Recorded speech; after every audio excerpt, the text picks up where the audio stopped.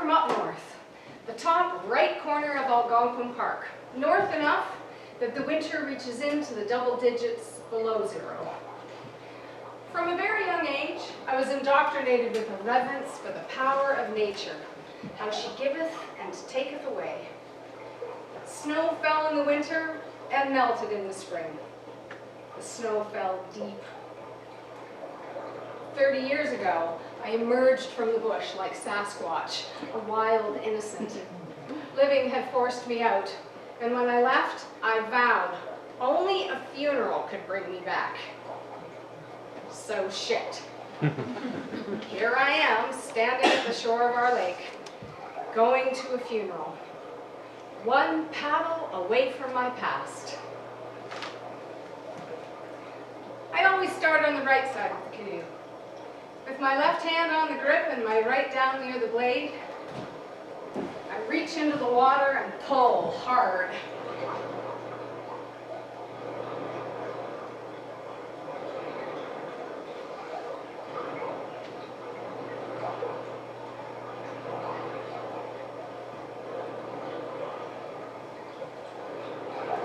I've paddled this route at least 1,000,000 times.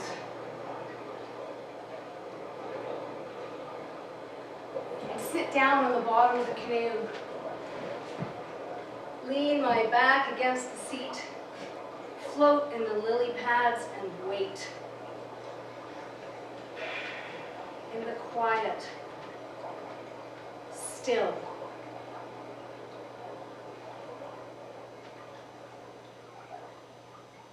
No lily dipping. You're paddling like a girl. Put your back into it.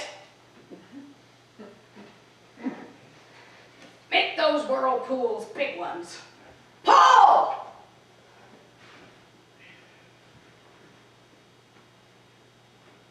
Dad is a hillbilly, hunter and fisherman. He grew up in this wild place where food is right out your back door. Well, sure you have to kill it first, but it's fresh. School? Inconvenient. I quit after grade 6, wasn't interested in that nonsense at all. I went to work in lumber camps.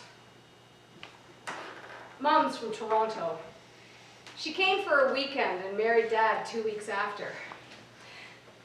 He carried my skates home from the rink. He thinks I'm pretty and fun. I married her because she's not from around here. Our family's been here for generations. Blood's getting thin. It was a match to gasoline. Mom is Chopin in all things mannered. Royal Daltons in the bush. The figurines lived on top of the piano. She loved the piano. She taught herself to read music when she was young. I don't know where she goes when she sits down to play our old piano, but it is far, far away from us. Dad loves cowboy songs. All day, all we ever hear coming from his shop in the woodshed is one Wilf Carter song after another. There's a love knot in my lariat, and it's waiting for my little prairie pet. When I swing the old lasso, you'll hear me yodelay.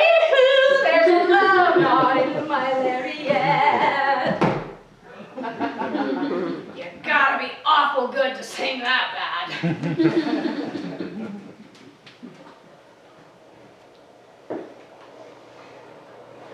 The last paddle took me out. Swore I'd never come back.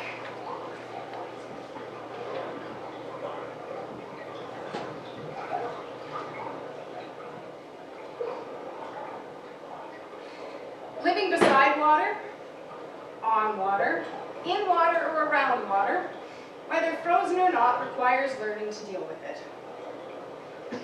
You never want to find yourself under it. And should that happen, it is crucial to know how to get on top and stay there. Drowning is not an accident. Stupid people with stupid ideas drown and the lake doesn't give a good goddamn either way. Arms out. Dad grabs a couple of thick poplar branches and he holds one vertically under my arm. Stand still! He measures the end of the branch at my hip and marks it with one of the nails. Then he fires up the chainsaw and cuts 2 pieces the same length. Arms out! He measures the rope the same way and cuts 2 pieces with his jackknife. Then he nails the ropes to the logs and hands me this contraption. There you go. What? Go swimming. How? Well, put those in the water and lie across the ropes and the logs will keep you up.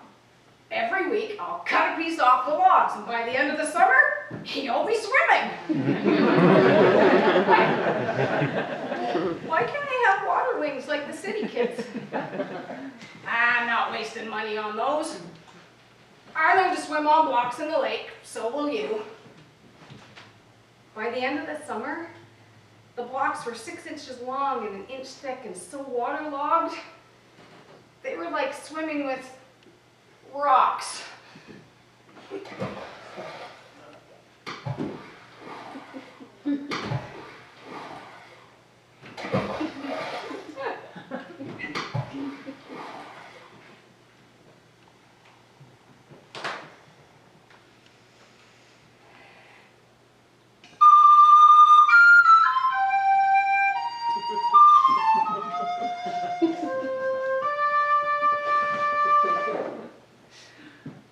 The black bear of Ontario can grow to be 450 pounds. The bears prefer heavily wooded areas and are expert swimmers and climbers. Unpredictable in nature, black bears are best observed from a distance. For the complete story on the Canadian black bear, why not contact the Canadian Wildlife Service in Ottawa?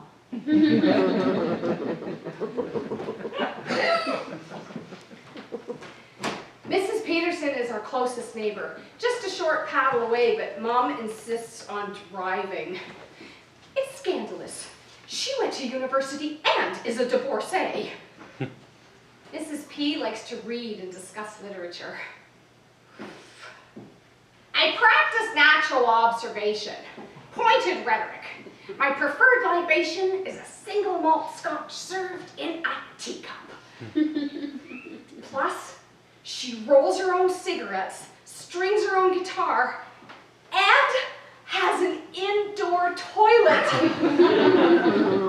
We have an outhouse named Petunia. A 4x4 chipboard shack with a corrugated plastic roof. It stands 50 feet from the house, facing a lake. On a summer night, you can sit quietly with the door open and look at the stars. One night, I have to do my business. Wake up, gotta go now. Dad's boots and coat. Where's the flashlight? Get outside, open Petunia's door. Petunia got a facelift. Dad installed a white porcelain toilet seat. It gleams in the moonlight. Wow. Pajamas off, coat up. Once the temperature is below 0, the number doesn't matter anymore. A frozen porcelain toilet seat burns. Move faster. Pajamas up, run, open the door, get in. Shut the goddamn door! You're trying to heat the hole outside! Sorry. That spring, my mother hosted a piano recital. Somebody needs to bring culture to the bush. Josephine, after you've cut the squares and arranged the butter tarts on the good dishes, you may prepare the living room, which for our recital, we're calling the conservatory. When the guests enter the conservatory, their gaze will naturally travel in a triangle, beginning with the piano, lid up, then to the Royal Daltons, and then to the painting.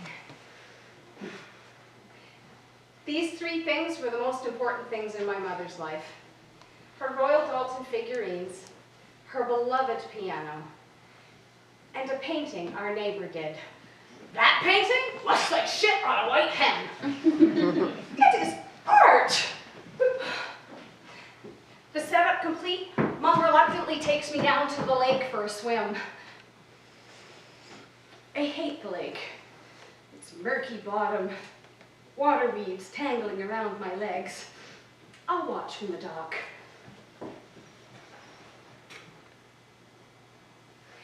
Through my cannonballing, we don't hear the screen door being yanked off its hinges, or the pot of stew simmering on the stove come crashing down, dishes shattering on the plywood floor. Josephine, out of the water and into the house, time to dress for our company. I arrive at our door. Uh-oh, the door is broken. Somebody made a mess. Mom surveys the situation, immediately surmising what is up. She's from Toronto. She knows the work of vandals. Mom stomps straight down the hall to confront the delinquents. Stepping over shards of her precious figurines, rage boils over as there, gingerly perched on the piano bench, is a cheerful 450-pound black bear with a butter tart optimistically clasped between his paws.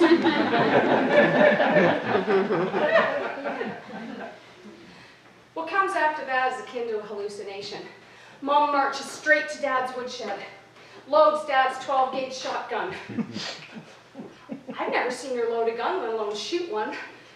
She leans the barrel on the back of the couch, braces her hips against the wall, pulls the trigger and blows the tart-eating bear all over our living room.